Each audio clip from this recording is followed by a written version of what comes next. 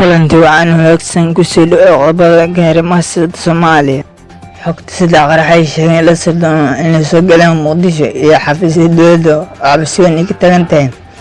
Taliyaan soo amar ku bixiyay in la soo xiro ama shaqaalaha ka howlgala Hotel Xayaat. Haddaba maxaa sababtaas? Warka doodan Al-Shabaab ugu badnaa lagu dilay gobolka Hiiraan iyo kadib howlgal ay ka fuliyeen ciidamada korkoor.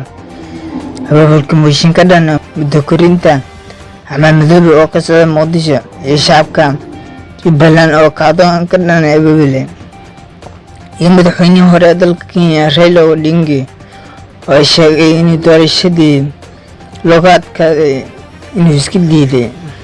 Qodobo kale agtoodna wargeliya la awoodda laga helo si la xogay ku soo warameen qaraxyo Muqdisho soo galay isla markaana waxaa la doonayaa in lagu qarxiyo goob muhiim ah oo dowladda ku shaqeysa xafiisyada dowladda. Waxaa gangalay ciidamada ammaanka ee amniga u qaabilsan caasimadda dalka Soomaaliya kadib markii ay xog ku heleen in sida qarax waaweyn ee soo galeen caasimadda dalka Soomaaliya. Qaraxmankaas oo la doonayay in lagu baabi'iyo goob muhiim ah oo dowladdu ay leedahay. Taliyaha hay'adda nabad sugidda NSA waxa uu sheegay in la soo xiray guud ahaan shaqaalihii ka howlgalaya Hotel Xayaat oo weerarka Jimcihii lagu eedeeyay iyagoo ku lug lahaayeen. Sidoo kale waxa uu tabaxay in hay'adda nabad sugidda qaranka ay ka wareyshay xogo sheegaya in qaraxyo xooggan ay caasimadda soo galeen isla markaana la beegsan rabo goob muhiim ah oo dowladdu ku shaqeyso. Ugu dambeyntii warkan ka soo baxay hay'adda nabad sugidda wuxuu ku saaday iyadoo dhawaan qaraxyo iyo weeraro toos ah ay ka dhaceen Hotel Xayaat ee ku yaala aagga Kilometer 4 ee gobolka Banaadir.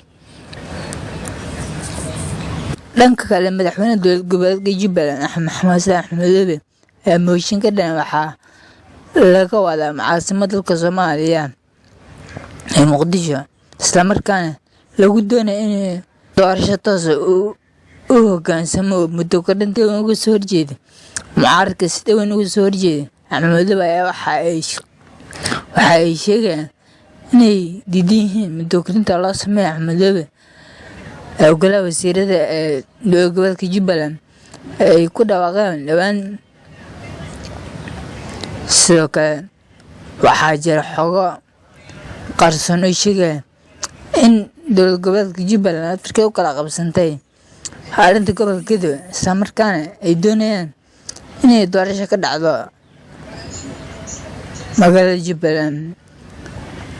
Magaalada Kismaayo caasimadda Jubbaland. Guud ahaan warkii aad ka daawanayseen halkaas ayaan ku soo afmeeraynaa. Daawadana la qeyb faafinta warkan adigu ku sheeganaya gurimanka iyo baraha bulshada qeybaha kala duwan.